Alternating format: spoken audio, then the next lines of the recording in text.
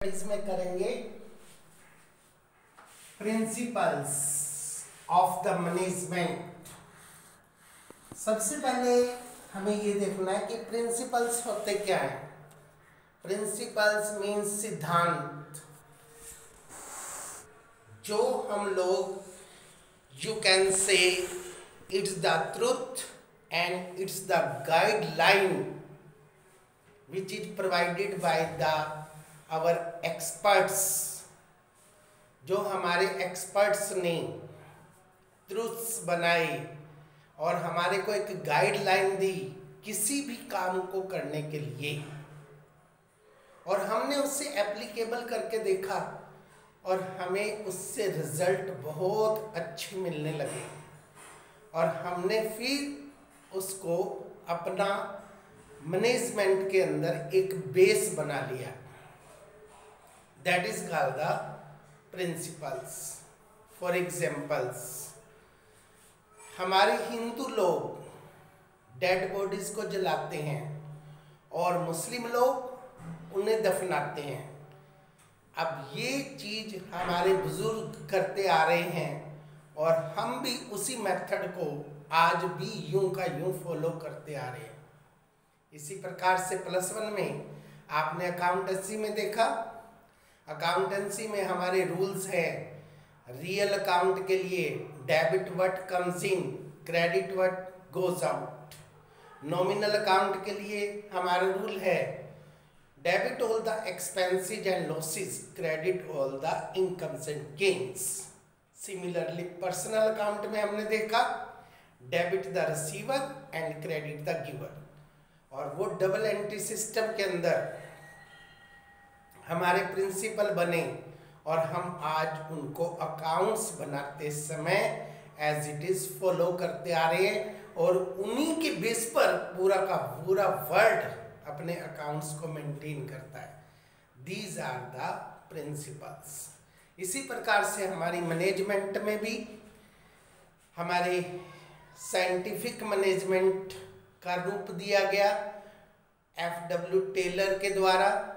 He is the father of management, doctor Fayol के द्वारा, and he provides the 14 principle in management. और आज हम उन 14 के 14 प्रिंसिपल्स को अपने जीवन में एप्लीकेबल करते हैं, चाहे वो बिजनेस हो चाहे वो नॉन बिजनेस हो, हम सब में उसको एप्लीकेबल करके अपने मैनेजरियल एक्टिविटीज को पूरा करते हैं। That is called the principle. आज हम देखेंगे principles, features of the principles, natures of the principles.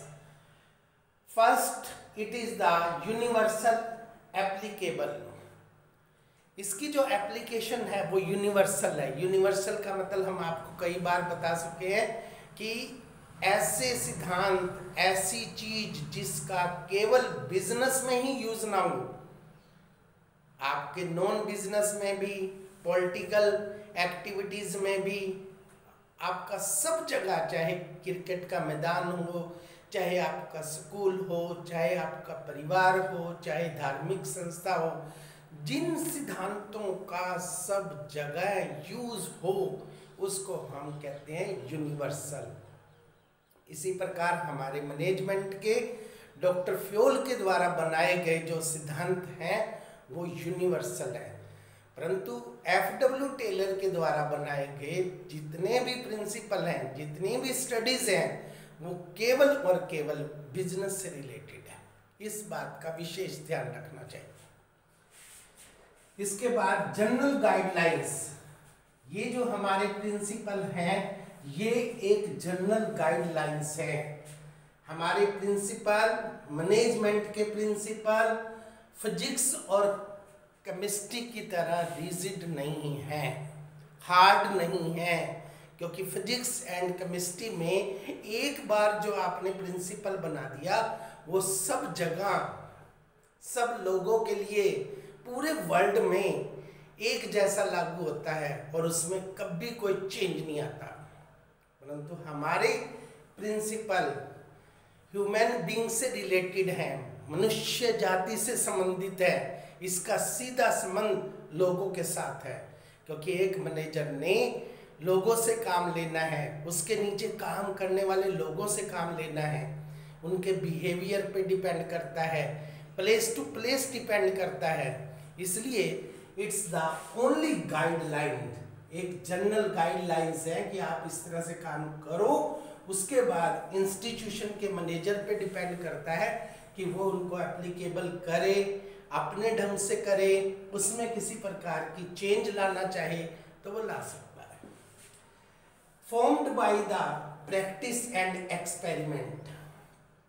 हमारे बिजनेस स्टडी के जितने भी प्रिंसिपल हैं जो हमारे वैज्ञानिकों ने बनाए, चाहे वो एफ.डब्ल्यू. टेलर ने बनाए, चाहे डॉक्टर फ्योल ने बनाए, वो भी साइंस की तरह पूरा एक्सपेरिमेंट करके बनाए। अब इसका एक एग्जाम्पल, पहले लोग अपने वर्कर से कॉन्टिन्यूसली 8 घंटे काम लेते थे। एफ.डब्ल्यू. टेलर ने उन्हें बताया कि अगर आप इस प्रकार से 8 घंटे काम लगोगे तो पहले घंटे जो मजदूर काम करते हैं और 8वें घंटे में उनकी एफिशिएंसी बिल्कुल 0 हो जाती है और आपका काम बहुत कम होता है। तो पहले 4 घंटे काम लो, उसके बाद 1 घंटे का गैप दो, उसके बाद काम लो, तो आपका काम पहले से 2 टाइम्स होगा।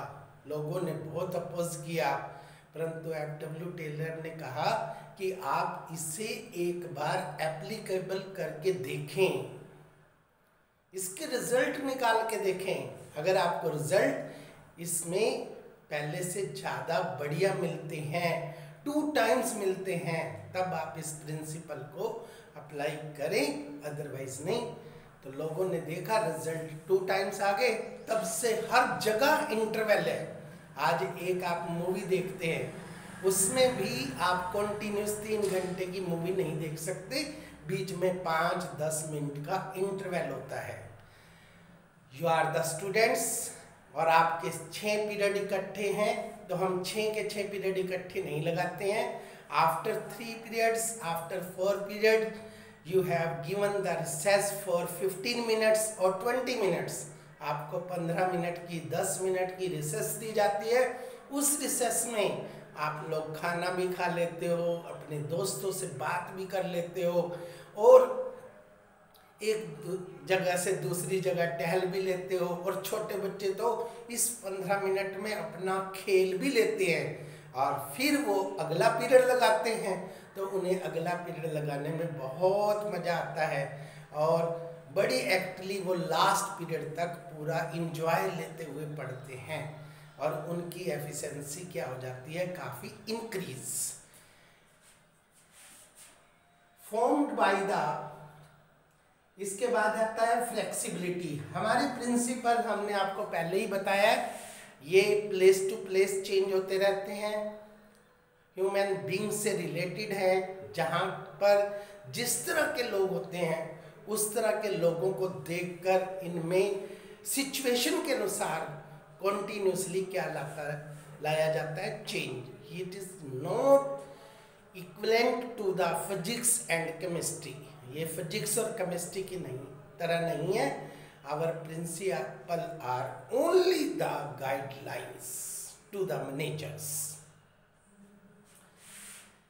मेनली बिहेवियर, ये डिपेंड करता है जहाँ पर ये प्रिंसिपल एप्लीकेबल किए जा रहे हैं, वहाँ के मैनेजर के ऊपर डिपेंड करता है, वहाँ के लोगों के व्यवहार के ऊपर डिपेंड करता है कि वो लोग अपने सीनियर के प्रति कितने वफादार हैं, ऑर्गेनाइजेशन के प्रति कितने वफादार हैं, अपने काम के प्रति कितने वफादार हैं।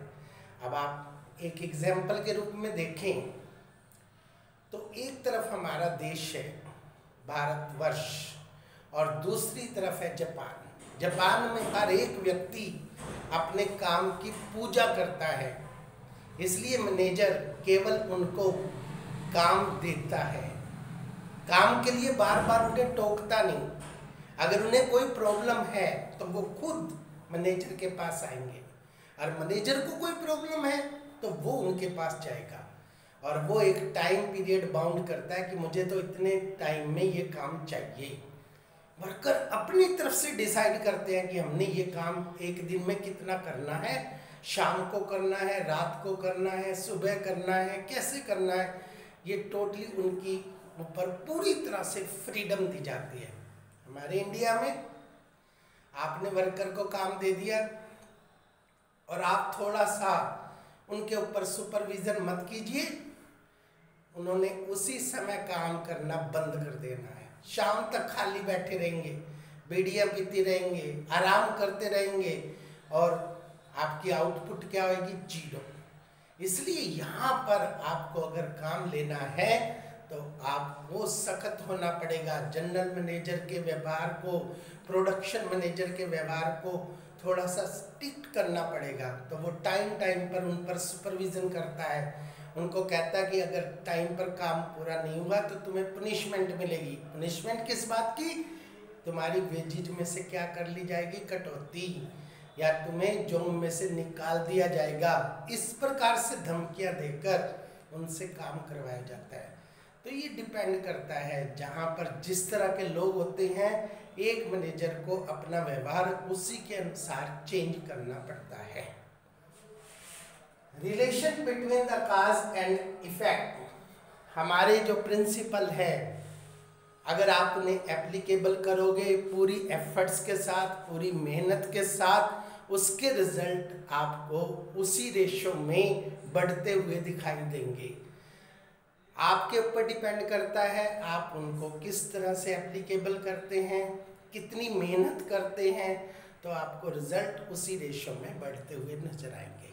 जैसे आप लोग हैं, ज़्यादा पढ़ोगे तो आपका रिजल्ट बढ़िया आएगा, कम पढ़ोगे और ये सोचोगे कि हमारे माँ बाप हमें टोक के तो ही पढ़ना है, टीचर टोक के तो ही पढ़ना है, तो आपके रिजल्ट बेकार आएंगे। और एक आपके दिल में इच्छा पैदा हो जाती है कि हमने तो पढ़ना है, हमने अपना कैरियर बनाना है, हमने लाइफ में कुछ बनना है, तो उसके लिए आपकी आंतरिक इच्छा आपको पढ़ने के लिए मजबूर करती है। इसी प्रकार से हमारे वर्कर होते हैं, सुपरविजन का इंतजार करते रहते हैं कि सुपरवाइजर टोकेगा तो हम काम करेंगे, परंतु कुछ वर्कर होते हैं कि कोई हमें देखे या ना देखे, हम इंस्टीट्यूशन से पैसे ले रहे हैं, उसके बदले में वफादारी से काम करेंगे। तो वो अपने वर्क को पूरी तरह से पूजा के रूप में देखते हैं और उनके रिजल्ट हमेशा अच्छे होते हैं क्योंकि वो एफर्ट्स करते हैं। इसके बाद आता है कॉन्टीजेंट। हमारी जो मैनेजमेंट के अंदर प्रिंसिपल होते हैं उनमें टाइम टाइम पर पॉलिटिकल इन्वायरमेंट चेंज होने के कारण चेंज आता है। कई बार हमारे वर्कर्स स्ट्राइक पर चले जाते हैं, उसके कारण हमें चेंज करना पड़ता है। कई बार हमारे यहाँ बहुत ही मल्टीनेशनल कंपनीज का कंपटीशन होता है, उसके अनुसार हमें चेंज लाना पड़ता है। कई बार हमारे पास नई टेक्नोलॉजी नहीं होती है, उसके अनुसार हमें चेंज लाना पड़ता है। तो हम इसमें कॉन्टिन्यूस चेंज लाते रहते हैं। Therefore we can say our principles are contingent. These are the principles and natures of the principle.